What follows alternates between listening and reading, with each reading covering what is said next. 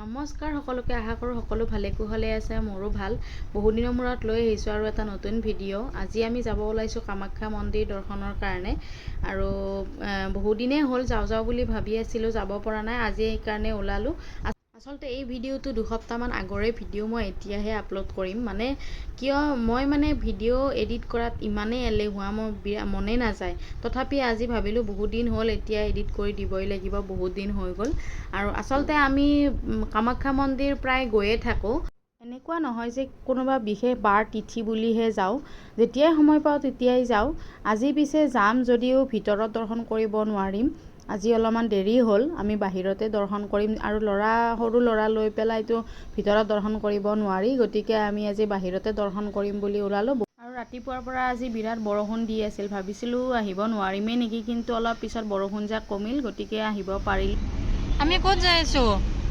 আমি ক'ত যাম এতিয়া কোৱা কামাখ্যা মন্দিৰত গুড এতিয়া আমি গাঁৱে পাম লাহেকে যাবি নাকি বল কি মতা তই যাওঁ লাগছি নাকি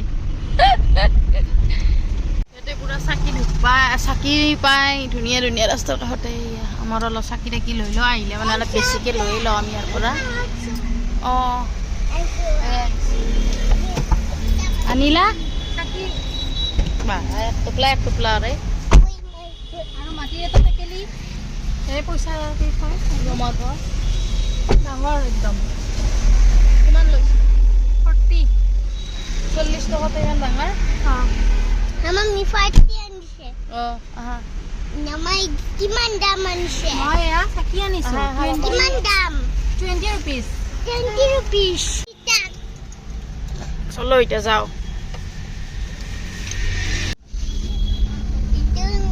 আমি নাম খাৰ পাই গলো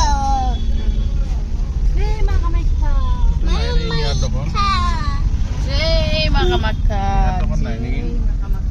আমি কালি পৰা যাইছিলো খোজকাঢ়ি গৈছিলো নে মনত আছে তোমাৰ মোৰ জিনিয়াছ মনত আছে তুমি জিনিয়াছ গম পাইছো আজি কালি দি আহিছো আমি ইমান দূৰৰ পৰা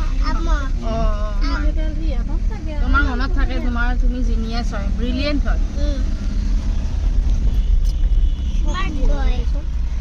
জয় মা কামাখ্যা জয় মা কামাখ্যা জয় মা কামাখ্যা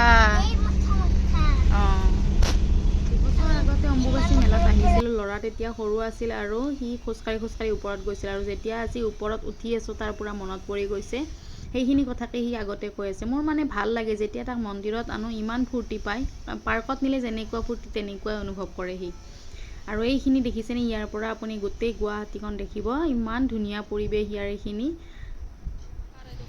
আহি পাই গ'লোঁ ইয়াতে পাৰ্কিঙৰ আজি বিৰাট অসুবিধা বহুত মানুহৰ ভিৰ আছে মানে আমি সেইটো সময়তে মন্দিৰ দৰ্শন কৰা হৈছিল যেতিয়া মা মনসা পূজা চলি আছিল আৰু কামাখ্যা মন্দিৰতো মনসা পূজা ভাগটো কৰে সকলোৱে জানে বাৰু তেতিয়াই আমাৰ মন্দিৰ দৰ্শন কৰা হৈছিল আৰু ৰাতিপুৱা বৰষুণ জাক যে দিছিল দেখিছে ইয়াতে পানী হৈ গৈছে একদম এইখিনিত পানী জমা হৈ একদম খোজ কাঢ়িব নোৱাৰা হৈছে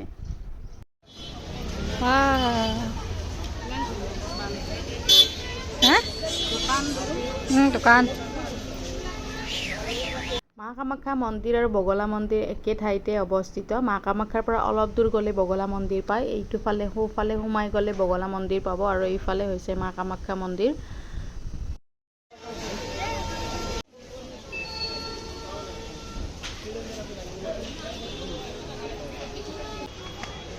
জিবু কোৱা এবাৰ জয় মা কামাখ্যা কি কোৱা জয় মানুহৰ ভিৰ দেখি গমেই পাইছে চাগে কিমান মানুহ আছে আজি আচলতে এই যে মনসা পূজা 5 দিনীয়া মনসা পূজা কিছু ঠাইত কৰে ইয়াতে কামাখ্যা মন্দিৰতো এই মনসা পূজা ভাগ কৰে গতিকে সেই সময়খিনিতে আমাৰ আজি দৰ্শন কৰা হৈছে সেইকাৰণে বহুত মানুহৰ ভিৰ মানে মা কামাখ্যা মন্দিৰলৈ আহি এইটোৱে প্ৰাৰ্থনা কৰোঁ যে সকলোৰে ভাল হওক সকলোৱে কুশলে থাকক তেওঁৰ আশীৰ্বাদ আৰু কৃপা দৃষ্টি সকলোৰে ওপৰত থাকক আৰু যিসকলে মোৰ ভিডিঅ'টো চাই আছে এবাৰ অনুগ্ৰহ কৰি মা কামাখ্যা বুলি কমেণ্ট কৰি দিব গৰম জয় মা কামাখ্যা।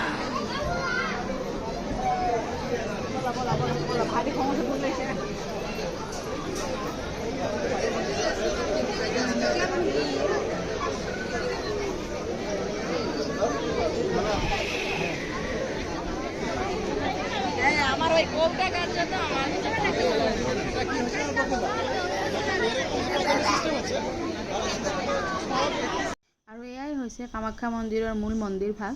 আচলতে যিসকলে কামাখ্যা মন্দিৰ দৰ্শন কৰিছে তেখেতসকলেতো গমেই পায়, আৰু যিসকলে মন্দিৰ দৰ্শন কৰা নাই বা দেখা নাই, আগতে আহি পোৱা নাই, তেখেতসকলে এই ভিডিঅ'টোৰ জৰিয়তে মন্দিৰ ভাগ দেখা পাব বুলি মই ভাবোঁ। আৰু দেখিছেনে, যিহেতু ইয়াত পূজা চলি আছে, চাৰিওফালে ইমান ধুনীয়াকৈ সজাই পৰাই ৰাখিছে, দেখিয়ে মনটো ভাল লাগি গৈছে।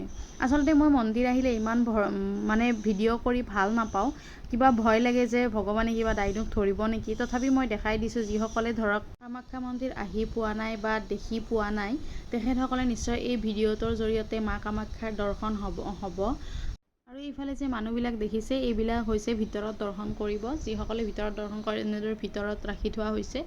আৰু কামাখ্যা মন্দিৰৰ ভিতৰত আজি যিহেতু মনসা পূজা, যিসকলে নিজৰ ভাগৰ মনসা পূজা কৰিব আছে তেখেতসকলে ভিতৰত কৰি আছে।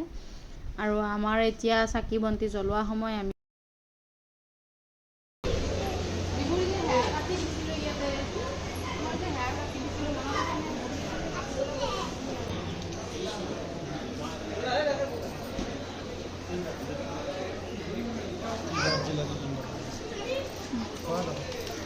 আৰু ইয়াতে এটা কুণ্ড আছে, এইটো হৈছে কুণ্ড। ইয়াতে মানুহে কিছুমানেতো গাও ধুৱে, কিছুমানেতো পানী ছটিয়াই। আৰু ওপৰ ফালে এইফালে দেখিছেনে, এইটো হৈছে যিসকলে মন্দিৰ দৰ্শন কৰিব ভিতৰত, তেখেতসকলে এইটো ৰাস্তাৰে ভিতৰত যাব লাগিব।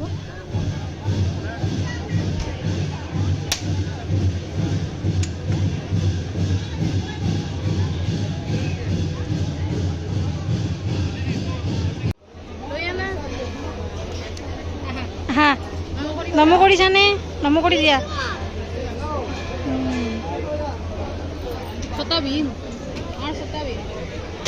আৰু মোৰ ল'ৰাটো দেখিছেনে, সি মানে এজনী লগৰ ছোৱালী পালে। ই মন্দিৰ হওক, পাৰ্ক হওক, যিকোনো জেগাতেই হওক, লগৰ লগ পালে ইমান বেছি ভাল পায়, পূৰা ফূৰ্তি কৰিব বিচাৰে।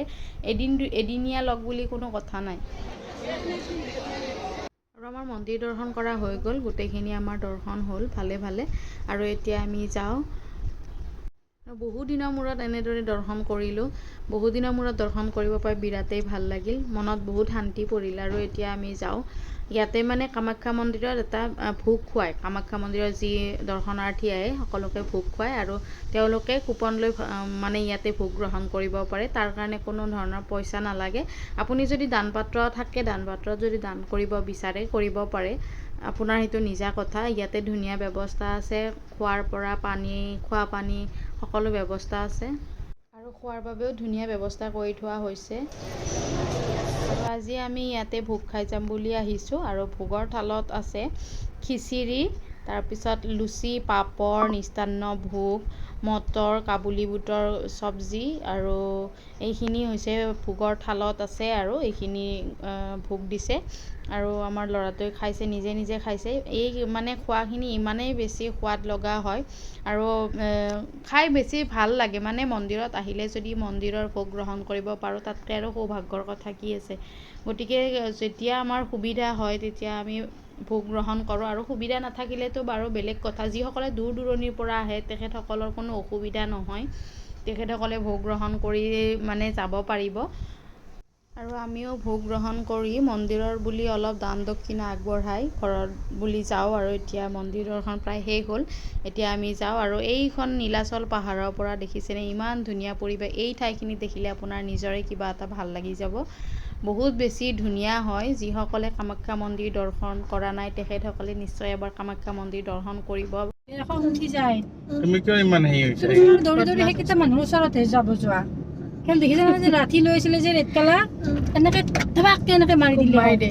নহয়, মোক আহত নাহা নাই।